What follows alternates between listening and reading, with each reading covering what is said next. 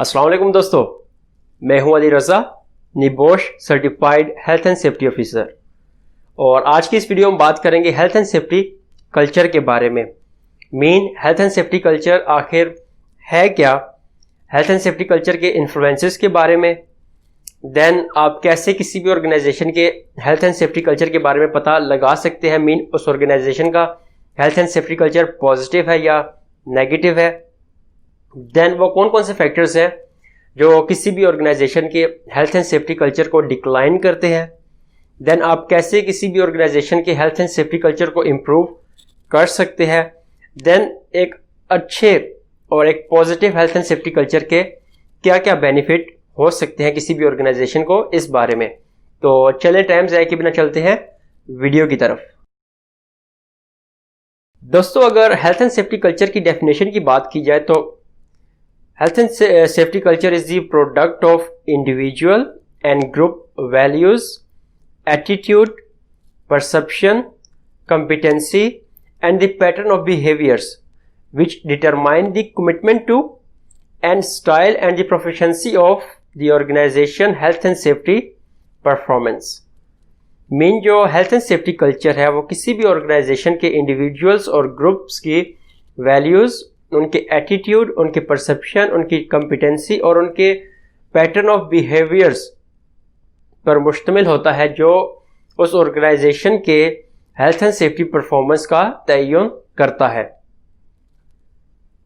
अब अगर बात की जाए इन्फ्लुएंसेस की, हेल्थ एंड सेफ्टी इन्फ्लुएंसेस की, तो इसमें दोस्तों बेसिकली दो तरह के इन्फ्लुएंसेस आते हैं। दो तरह की चीज़ें हैं जो हेल्थ एंड सेफ्टी पर असरअंदाज होती है, जिसमें आपके इंटरनल इन्फ्लुएंसेस और एक्सटर्नल इन्फ्लुएंसेस। अगर इंटरनल इन्फ्लुएंसेस की बात की जाए तो number 1 production demand, number 2 management commitment, number 3 competency, number 4 communication और नंबर 5 एम्प्लॉइज रिप्रेजेंटेशन। अब अगर बात की जाए एक्सटर्नल इन्फ्लुएंसेस की, तो उसमें सबसे पहले economic, social expectation, then legislation, enforcement authorities, trade union and insurance companies। ये कुछ तरह की चीज़ें थी जो हेल्थ एंड सेफ्टी पर असर अंदाज होती हैं। अब अगर बात की जाए आप कैसे एज अ सेफ्टी ऑफिसर आप कैसे पता लगा सकते हैं या पता कर सकते हैं कि किसी भी ऑर्गेनाइजेशन का हेल्थ एंड सेफ्टी कल्चर जो है वो पॉजिटिव है या नेगेटिव है, उसके लिए दोस्तों कुछ स्टेप्स देखने पड़ते हैं, जिसमें सबसे पहले resources made for health and safety management, complaints about work, attitude, morale, accident ill health record, staff turnover, staff complain, enforcement action. ये कुछ तरह के स्टेप्स हैं जिनको देखकर आप किसी भी ऑर्गेनाइजेशन के हेल्थ एंड सेफ्टी कल्चर का पता लगा सकते हैं। जो उस ऑर्गेनाइजेशन में हेल्थ एंड सेफ्टी मैनेजमेंट के लिए कौन कौन से रिसोर्सेज बनाए गए हैं, क्या वो एक्सेप्टेबल है या उस एक्सेप्टेबल लेवल से कम है। देन जो ऑर्गेनाइजेशन के इंडिविजुअल हैं, उसके एम्प्लॉयज़ हैं, उनका एटीट्यूड कैसा है, उनका मोरल कैसा है, उस ऑर्गेनाइजेशन के एक्सीडेंट या इल हेल्थ रिकॉर्ड क्या है, उसके जो ऑर्गेनाइजेशन के स्टाफ्स हैं वो उस वर्क रिलेटेड कंप्लेंट्स करते हैं या नहीं करते हैं। देन उनका जो टर्नओवर है वो कम है या ज़्यादा है, वो एम्प्लॉयज़ कंपनी जल्दी छोड़कर चले जाते हैं या उस कंपनी में देर तक काम करते हैं। इस तरह कुछ चीज़ें आप चेक कर उस ऑर्गेनाइजेशन के हेल्थ एंड सेफ्टी कल्चर के बारे में पता लगा सकते हैं। उस ऑर्गेनाइजेशन का health and safety culture positive है या नेगेटिव है। अब अगर बात की जाए फैक्टर्स के बारे में कि वो कौन कौन से फैक्टर्स हैं जो किसी भी ऑर्गेनाइजेशन के हेल्थ एंड सेफ्टी कल्चर को डिक्लाइन करते हैं, तो उसमें सबसे पहले health and safety seen as a low priority. वो ऑर्गेनाइजेशन हेल्थ एंड सेफ्टी को प्योरिटी नहीं देती, सिर्फ प्रोडक्शन को प्योरिटी देती है। Then second, lack of management commitment, then lack of employees involvement and communication, then perception of growing blame culture and poor working environment. दोस्तों, ये कुछ फैक्टर्स हैं जो किसी भी ऑर्गेनाइजेशन के हेल्थ एंड सेफ्टी कल्चर को डिक्लाइन करते हैं। अब अगर बात की जाए कि आप कैसे किसी भी ऑर्गेनाइजेशन के या कोई भी ऑर्गेनाइजेशन कैसे अपना health and safety culture improve कर सकती है, तो उसमें दोस्तों सबसे पहले senior management commitment. Health and safety से रिलेटेड अगर कोई भी काम है उसमें जब तक सीनियर मैनेजमेंट कमिटमेंट नहीं होगी तो ऑफ कोर्स वो काम नहीं हो सकता। अगर सीनियर मैनेजमेंट कमिटमेंट होगी तो वो काम ऑफ कोर्स होगा। Then involvement of employees in making decisions और involvement consultation and involvement of employees.